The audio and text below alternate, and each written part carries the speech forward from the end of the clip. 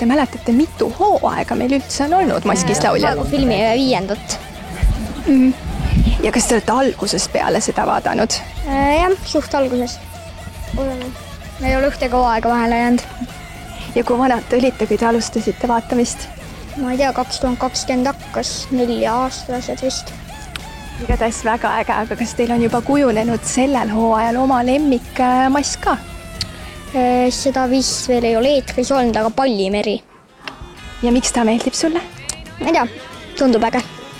Aga kas sul on mingi kahtlus ka, et kes võiks küll seal Maski all olla? Ei ole veel, pole häält kuulnud. Aga kes sinu lemmik on? Mul on Vana Toomas. Sinu silmad on kui võõra, kuigi ilusa linda tuled. Poisid on suured saate fännid. Vaatamata oma noorele eale teavad kaksikud poisid Maskidest kõike.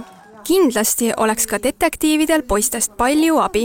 Ma üritan mitte üle mõelda siin saates, et kuidagi kuulata oma intuitsiooni ka, kuulata ikkagi häält, kuigi ma tean, hääled on ju moonutatud ja natuke peidetud ja kõik lauljad natukene, võib-olla laulavad teistmoodi on ju.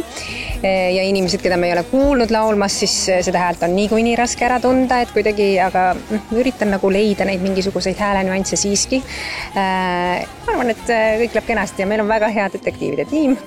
Me täiendame päris hästi teineteist, nii et saame hakkama küll.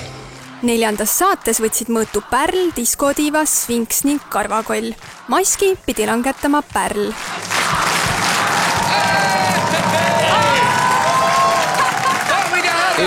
Pärl on iginoor terelegend Merle Randma. Ma tegin seda rõõmuga, tõsiselt rõõmuga, sest ma tegelikult ei arvanudki, et praegu minu eas ma võiksin veel üldse midagi laulda ja veel avalikult laulda ja lindistada ja kõik need asjad, et see andis elule mingi vungi, niisuguse mingi uue väikese hingamise. Siiski tunneb Merle ka kergendust. Sellepärast, et kogu see ettevõtmine oli niisugune natuke ka ajamahukas ja ikkagi natuke närveerisin ka aga ma seadsin endale ühe teatud sihi ja see sai täidetud. Võib-olla sind ei olnudki, su endal lihtsalt välja mõtlesin.